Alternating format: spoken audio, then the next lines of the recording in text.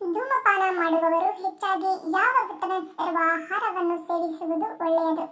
Options: A vitamin D, B vitamin C, C vitamin E, D vitamin K.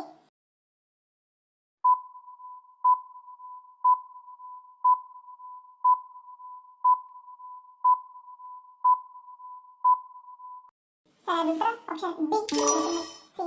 Vitamin C ಅಂಶ ಹೇರಳವಾಗಿರುವ ಅಂದರೆ ಕಿತ್ತಳೆ ಹಣ್ಣಿನಂತಹ ಸೇವನೆ ಮಾಡಬೇಕು.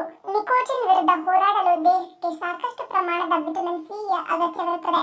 ಆದ್ದರಿಂದ ಹೆಚ್ಚಾಗಿ ವಿಟಮಿನ್ ಸಿ ಇರುವ ಹಣ್ಣು ಮತ್ತು ತರಕಾರಿಗಳನ್ನು ಬಳಸುವುದು ಉತ್ತಮ.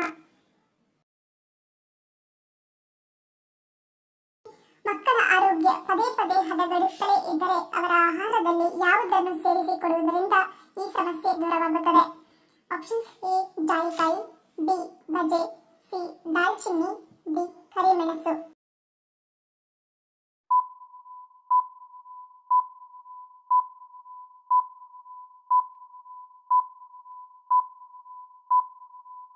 ಸರಿಯಾದ ಆಪ್ಷನ್ ಸಿ ದಾಲ್ಚಿನ್ನಿ.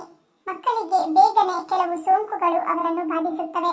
ಹೀಗಾದಾಗ ಮನೆಯಲ್ಲಿ ದಾಲ್ಚಿನ್ನಿ ಉತ್ತಮವಾಗಿದೆ. ಮಕ್ಕಳಿಗೆ ಆಹಾರದ ಮೂಲಕ ದಾಲ್ಚಿನ್ನಿ ಕೊಡುವುದರಿಂದ ಜೀರ್ಣಕ್ರಿಯೆಯನ್ನು ಉತ್ತೇಜಿಸುತ್ತದೆ, ಫಂಗಸ್ ಸೋಂಕು ನಿವಾರಣೆ ಮಾಡುತ್ತದೆ, ಕಫ ಕರಗಿಸುತ್ತದೆ. ಇದು ಸಕ್ಕರೆ ಮಟ್ಟವನ್ನು ಹತೋಟಿಯಲ್ಲಿಡುತ್ತದೆ, ಮಕ್ಕಳ ರೋಗ ನಿರೋಧಕ ಶಕ್ತಿಯನ್ನು ಹೆಚ್ಚಿಸುತ್ತದೆ ಮತ್ತು ಶೀತ ಕೆಮ್ಮು ನೆಗಡಿಗೆ ರಾಮಬಾಣವಾಗಿದೆ. ನಮ್ಮ ಭಾರತದಲ್ಲಿ ವಿಮಾನದಲ್ಲಿ ಪ್ರಯಾಣಿಸಲು ಎಷ್ಟು ರೀತಿಯ ಪಾಸ್ಪೋರ್ಟ್ಗಳನ್ನು ನೀಡಲಾಗುತ್ತದೆ? Options: A 1, B 2, C 3, D 4.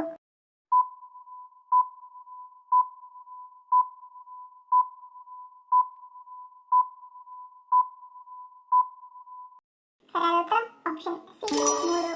Bharat 3 ರೀತಿಯ ಪಾಸ್ಪೋರ್ಟ್ಗಳನ್ನು ನೀಡುತ್ತದೆ. ಸಾಮಾನ್ಯ ಜನರು ನೀಲಿ ಬಣ್ಣದ ಪಾಸ್ಪೋರ್ಟ್ಗಳನ್ನು ಹೊಂದಿದ್ದಾರೆ. ಸರ್ಕಾರಕ್ಕೆ ಸಂಬಂಧಿಸಿದ ಉನ್ನತ ಅಧಿಕಾರಿಗಳು ಮತ್ತು ಮಂತ್ರಿಗಳ ಅಧಿಕೃತ ಪಾಸ್ಪೋರ್ಟ್ಗಳು, ರಾಜತಾಂತ್ರಿಕ ಪಾಸ್ಪೋರ್ಟ್ಗಳು ಮರೂನ್ ಬಣ್ಣದಾಗಿರುತ್ತದೆ.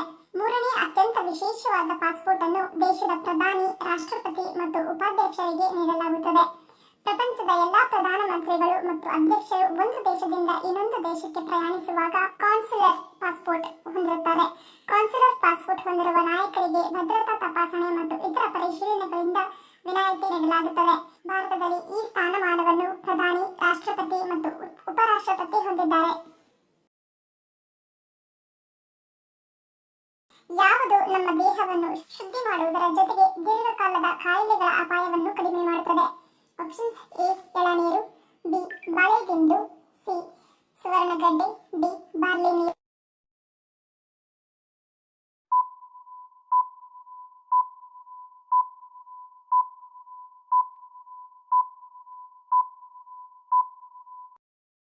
ಆಪ್ಷನ್ ಡಿ ಬಾರ್ಲಿ ನೀರು.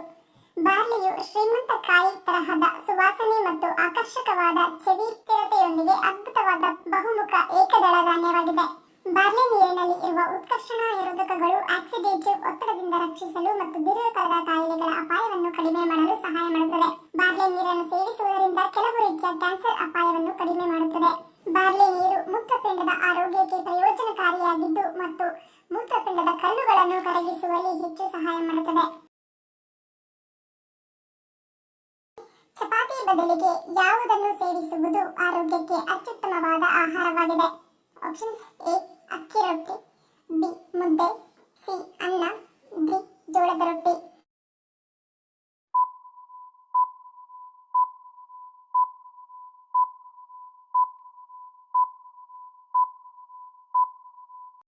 ಸರಿಯಾದ ಆಪ್ಷನ್ ಬಿ ಜೋಳದ ರೊಟ್ಟಿ.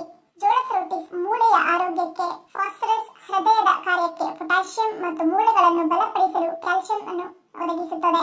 ಆಹಾರದ ನಾರಿನಾಂಶವು ಅಧಿಕವಾಗಿ ಇರುವ ಜೋಳದ ರೊಟ್ಟಿಯು ಜೀರ್ಣಕ್ರಿಯೆ ಸುಧಾರಣೆ ಮಾಡುವುದರ ಜೊತೆಗೆ ರಕ್ತದಲ್ಲಿನ ಸಕ್ಕರೆ ಮಟ್ಟ ನಿಯಂತ್ರಣದಲ್ಲಿಡುತ್ತದೆ ಮತ್ತು ತೂಕ ನಿರ್ವಹಣೆ ಮಾಡಲು ಇದು ಹೆಚ್ಚು ಸಹಾಯಕಾರಿಯಾಗಿದೆ.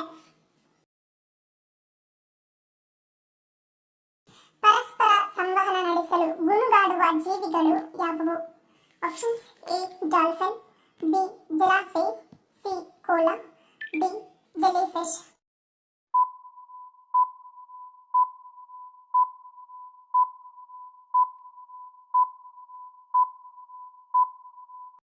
ಸರಿಯಾದ ಉತ್ತರ ಆಪ್ಷನ್ ಬಿ ಜಿರಾಫೆ. ಜಿರಾಫೆಗಳು ಪರಸ್ಪರ ಗುನುಗುತ್ತವೆ. ಕಡಿಮೆ ಆವರ್ತನದ ಹಮ್ಮಿಂಗ್ ತಮ್ಮ ಹಿಂದಿನಿಂದ ಬೇರ್ಪಟ್ಟ ಜಿರಾಫೆಗಳ ನಡುವಿನ ಸಂಪರ್ಕ ಕರೆಯ ಒಂದು ರೂಪವಾಗಿರಬಹುದು ಎಂದು ಭಾವಿಸಲಾಗಿದೆ. ಕರ್ನಾಟಕ ರಾಜ್ಯವನ್ನು ಸ್ಥಾಪಿಸಿದವರು ಯಾರು?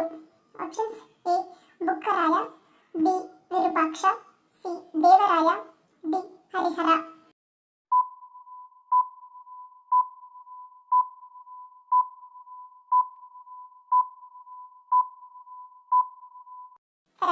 Option D Harihara.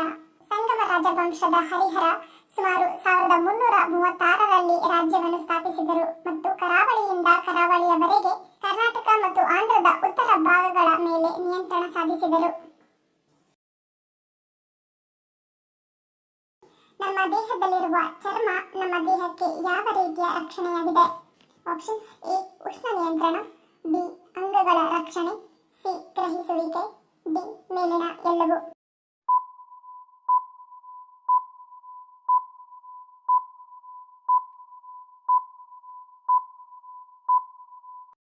ಸರಿಯಾದ ಉತ್ತರ ಆಪ್ಷನ್ ಡಿ ಮೇಲಿನ ಎಲ್ಲವೂ. ಚರ್ಮವು ಶರೀರದ ಒಳಗಿರುವ ಅಂಗಾಂಶಗಳನ್ನು ದೈಹಿಕ ಆಘಾತಗಳಿಂದ, ಸೂರ್ಯನಿಂದ ಬರುವ ನೀಲಾತೀತ ಅಥವಾ ಅತಿ ನೇರಳೆ ಕಿರಣಗಳಿಂದ ರಕ್ಷಿಸುತ್ತದೆ. ಶಾಖ, ಸ್ಪರ್ಶ, ನೋವುಗಳನ್ನು ಚರ್ಮದ ತಳದಲ್ಲಿರುವ ನರದ ಕುಡಿಗಳ ಮೂಲಕ ಗ್ರಹಿಸುತ್ತದೆ. ಬೆವರು ಗ್ರಂಥಿಗಳ ಸಹಾಯದಿಂದ ಹೆಚ್ಚಾದ ನೀರು, ಯೂರಿಯಾ, ಲವಣಗಳನ್ನು, ಮುಖ್ಯವಾಗಿ ಉಪ್ಪನ್ನು ವಿಸರ್ಜಿಸುತ್ತದೆ. ಹೀಗೆ ವಿಸರ್ಜನಾಂಗದ ಕೆಲಸವನ್ನು ಚರ್ಮವು ಮಾಡುತ್ತದೆ. ಬೆವರನ್ನು ಹೊರಹಾಕುವ ಮೂಲಕ ದೇಹದ ಉಷ್ಣಾಂಶವನ್ನು ಒಂದೇ ಸಮಾನಾಗಿರುವಂತೆ ಮಾಡುತ್ತದೆ. ಚರ್ಮವು ಮನಸ್ಸಿನ ಭಾವನೆಗಳಿಗೆ ಸ್ಪಂದಿಸಬಲ್ಲದು. ಭಯದಿಂದ ಬೆವರುವುದು, ನಾಚಿಕೆಯಿಂದ ಮುಖ ಕೆಂಪಗಾಗುವುದು, ಅತಿಶೋಕದ ಆಘಾತದಿಂದ ಮುಖ ಕಪ್ಪಾಗುವುದು, ಹೀಗೆ ಅನೇಕ ರೀತಿಯ ಕೆಲಸಗಳನ್ನು ಚರ್ಮ ನಿರ್ವಹಿಸುತ್ತದೆ. 300ಕ್ಕೂ ಹೆಚ್ಚು ರೋಗಗಳಿಗೆ ಔಷಧಿಯಾಗಿ ಕೆಲಸ ಮಾಡುವುದು ಯಾವುದು? ಆಪ್ಷನ್ಸ್: ಎ ದೊಡ್ಡಪತ್ರೆ, B tulsi, C ashwagandha, D ನುಗ್ಗೆ ಸೊಪ್ಪು.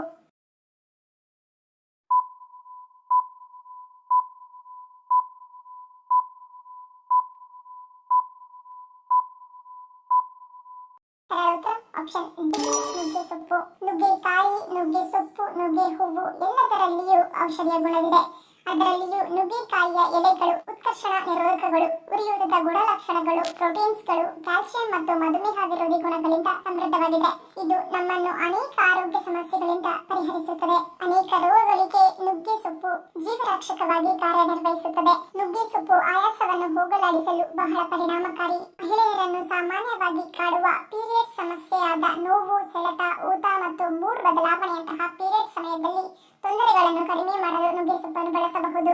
ಇದು ಹಾರ್ಮೋನ್ಗಳನ್ನು ಸಮತೋಲನಗೊಳಿಸುತ್ತದೆ ಮತ್ತು ದೇಹದಲ್ಲಿನ ರಕ್ತಹೀನತೆಯನ್ನು ತೆಗೆದುಹಾಕುತ್ತದೆ. ಅದೇ ರೀತಿ ಸಂಧಿವಾತ, ಕೀಲು ನೋವು, ಉಳುಕು, ಸಿಯಾಟಿಕಾ, ಕಣ್ಣಿನ ರೋಗಗಳು, ಪಾರ್ಶ್ವವಾಯು, ಎಲ್ಲಾ ರೀತಿಯ ಗ್ಯಾಸ್ ಡಿಸಾರ್ಡರ್ಸ್, ಕಲ್ಲುಗಳು, ಬೊಜ್ಜು, ಹಲ್ಲಿನ ಸಮಸ್ಯೆಗಳು, ಅಸ್ತಮ, ಊತ, ಮೊಡವೆ, ಹೃದಯ ಸಮಸ್ಯೆಗಳು, ಹೊಟ್ಟೆ ಇತ್ಯಾದಿ ಸಮಸ್ಯೆಗಳಿಗೆ ಒಳ್ಳೆಯದು. ಗರ್ಭಿಣಿಯರ ಸಮಸ್ಯೆಗಳು, ಹುಳುಗಳು, ವಾಂತಿ, ಬೇದಿ, ಮಲಬದ್ಧತೆ, ಬಿಪಿ, ಶುಗರ್ ಇತ್ಯಾದಿ ಸಮಸ್ಯೆಗಳಿಗೆ ನುಗ್ಗೆ ಸೊಪ್ಪು ಪರಿಹಾರವಾಗಿದೆ. ಹಾಗೆಯೇ ನುಗ್ಗೆ ಎಲೆಗಳಿಂದ ತಯಾರಿಸಿದ ಪುಡಿಯನ್ನು ನಮ್ಮ ಚರ್ಮದ ಮೇಲೆ ಬಳಸುವುದರಿಂದ ಸುಕ್ಕುಗಳು ಕಡಿಮೆಯಾಗುತ್ತದೆ. ಚರ್ಮದ ಹಾನಿಯನ್ನು ಉಂಟು ಮಾಡುವ ಫ್ರೀ ರಾಡಿಕಲ್ಸ್ ಗಳನ್ನು ನಾಶ ಮಾಡಲು ಇದು ಕಾರಣವಾಗಿದೆ. ಅಲ್ಲದೆ ನುಗ್ಗೆ ಸೊಪ್ಪು ವಿಟಮಿನ್ ಸಿ, ಕ್ಲೋರೋಜೆನಿಕ್ ಆಮ್ಲ ಮತ್ತು ಕ್ವಿಸರ್ಟಿನ್ ನಂತಹ ಅತ್ಯುತ್ತಮವಾದ ಉತ್ಕರ್ಷಣ ನಿರೋಧಕಗಳನ್ನು ಹೊಂದಿರುತ್ತವೆ. ಇದು ಜೀವಕೋಶದ ಹಾನಿಯನ್ನು ತಡೆಯುತ್ತದೆ. ಒಟ್ಟಾರೆಯಾಗಿ ನುಗ್ಗೆ ಸೊಪ್ಪು ನಮ್ಮ ಆರೋಗ್ಯವನ್ನು ಉತ್ತೇಜಿಸುತ್ತದೆ.